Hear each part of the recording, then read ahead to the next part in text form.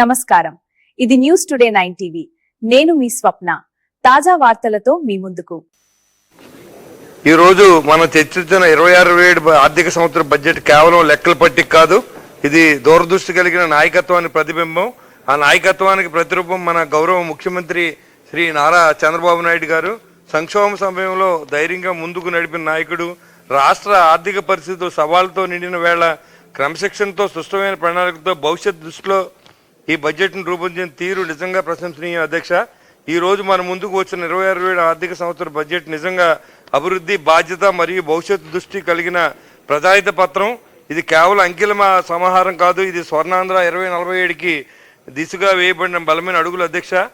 మరి 3,32,205 కోట్ల వ్యయాన్ని ప్రతిపాదిస్తూ రెవెన్యూ లోటును కేవలం 1.11గా, ఆర్థిక లోటుని 3.84గా పరిమితం చేయడం ద్వారా ఆర్థిక క్రమశిక్షణ పాటిస్తున్నాం. ఈ బాధ్యత పరిపాలన నిదర్శనం అధ్యక్ష. మరి అని విధ్వంసకరమైన పరిపాలన గురించి మాట్లాడాలనుకున్న అధ్యక్ష. ఇవాళ అందరూ సంఖ్యలతో సహా అందరూ చెప్పారు. మరి అప్పుడు ప్రభుత్వం అన్నా క్యాంటీన్లు ఏదైతే 2014-19 వరకు గౌరవ ముఖ్యమంత్రి గారు నిరుపేదలకి ఆకలి అన్ని రద్దు చేసి విధ్వంసకరమైన పరిపాలన చేస్తే మరి నాడు మనం కూటమి ప్రభుత్వం వచ్చిన తర్వాత 205 క్యాంటీన్ని ఓపెన్ చేసి పేదల కడుపు నింపుతున్నాం అధ్యక్ష.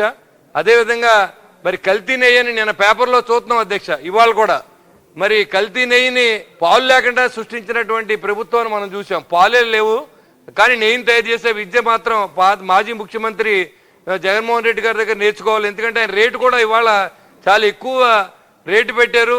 దేవుడికి మీరు మూల్యం చెల్లించుకోవాలన్నారు. ఆయన చేసిన తప్పు పనికి మూల్యం చెల్లించుకుని 11కు వచ్చారు. వచ్చి మాట్లాడుతుందిగా నేను మాజీ ముఖ్యమంత్రి గారికి నేను విన్నవిస్తాను అధ్యక్ష.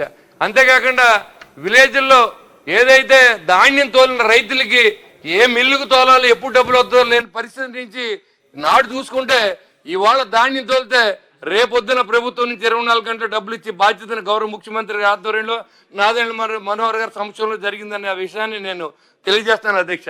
ఇది సభ ద్వారా తెలియాలి అధ్యక్ష. అప్పుడేం జరిగింది మర్చిపోయిన పరిస్థితి జనం వచ్చినప్పుడు మళ్ళీ వాళ్ళ కాకంబుల్ స్టోరీస్ అన్ని కూడా ఇవాళ వాళ్ళ యొక్క కరపత్రాల్లో వేస్తున్నది చాలా దురదృష్టకరం అధ్యక్ష. అదేవిధంగా పంచాయతీరాజ్ శాఖనే ఇవాళ భారతదేశంలో మొట్టమొదటి స్థానాన్ని తీసుకెళ్లినటువంటి వ్యక్తి పవన్ కళ్యాణ్ గారు.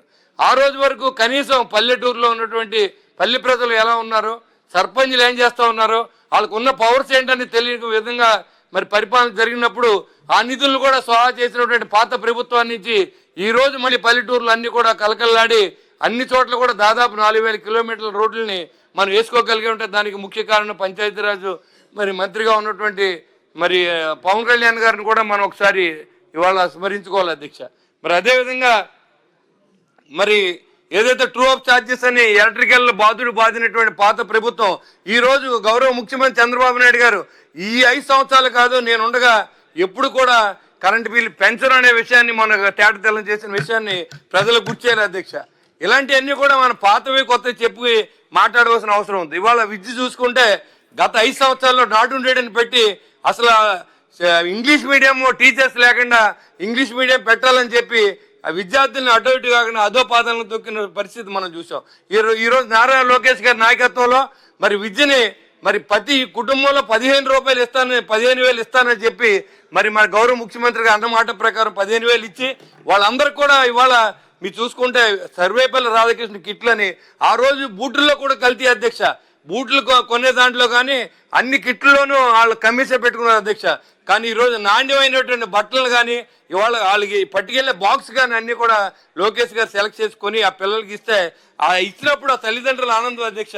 ఒకటే అన్నారు, ఇలాగ మా పిల్లల్ని మేము ఏ రకంగా అయితే హాస్టల్లో తీసుకెళ్తామో అదేవిధంగా ఈ ప్రభుత్వం చేసిందని చెప్పి ఆ తల్లిదండ్రుల విషయాన్ని మనం అందరూ కూడా తెలియజేయాలని కూడా నేను కోరుతా ఉన్నాను అధ్యక్ష. ఇవాళ లెక్కలు చూసుకుంటే ఆ రోజు టోటల్గా అది కూడా కల్తీ అధ్యక్ష. ఈ పాత ముఖ్యమంత్రి గారు ఆయన బడ్జెట్ ఎలా పెంచుకోవాలి, వాళ్ళ డబ్బులు ఎలా సంపాదించుకోవాలి, బడ్జెట్ ఆయనకు అనుకూలంగా చేసుకున్నారు తప్ప రాష్ట్ర ప్రజలకు ఏం మంచి చేశారనే విషయాన్ని ఎక్కడ కూడా పెట్టలేదనే విషయాన్ని రాష్ట్ర ప్రజలు తెలుసుకోవాలనుకుని నేను కోరుతున్నాను అధ్యక్ష.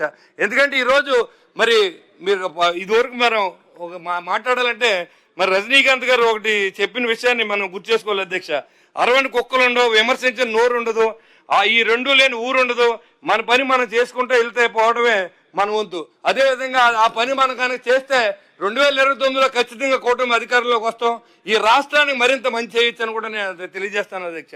అదేవిధంగా మన రెండు జిల్లాలకి కాటన్ మహాశయుడు ఉన్నప్పుడు ఉన్నటువంటి ఆ కాలువలు కలుషితం అవుతుంటే దాన్ని 5 సంవత్సరాల పాటు సిట్లు కూడా తీనేటి ప్రభుత్వం చూసాం. మన ప్రభుత్వం వచ్చిన తర్వాత మళ్ళీ మొదలు పెట్టాం. ఈసారి దాదాపుగా 200 కోట్లు కేటాయించి మన జిల్లాలని అభివృద్ధి చేయవలసిందిగా నేను గౌరవ మంత్రి గారిని కూడా అడుగుతున్నాను అధ్యక్షగా. చివరిగా మరి ఏదైతే ఎస్సీ ఎస్టీ సోదరులందరినీ కూడా మరి పక్కన పెట్టి అంబేద్కర్ విదేశీ విద్యను కూడా తీసేసి వాళ్ళకి రావాల్సిన ఎస్ఐటి సప్లై నిధులు కూడా దోసేసినటువంటి ముఖ్యమంత్రికి, ఇంకా మాజీ ముఖ్యమంత్రికి మరి చాలా మంది సానుభూతి పలకడం దురదృష్టకరం అధ్యక్ష. ఈరోజు ఎస్సీ ఎస్టీ సోదరులతో పాటుగా 30,000 కోట్లని వారికి బడ్జెట్లో కేటాయించడం చాలా హర్షణీయం అధ్యక్ష. అదేవిధంగా ఇవాళ బీసీ సోదరులకు 51 కోట్లు ఇచ్చారు. దాంతో పాటుగా నిరుపేదలైన కాపులకు కూడా కాపు కార్పొరేషన్ ఏర్పాటు చేశారు అధ్యక్ష. వాళ్ళు కూడా బడ్జెట్లో ఎంతో కొంత కేటాయిస్తే బాగుంటుందని చెప్పి నా ఉద్దేశం అధ్యక్ష. థ్యాంక్ యూ అధ్యక్ష. Thank you very much.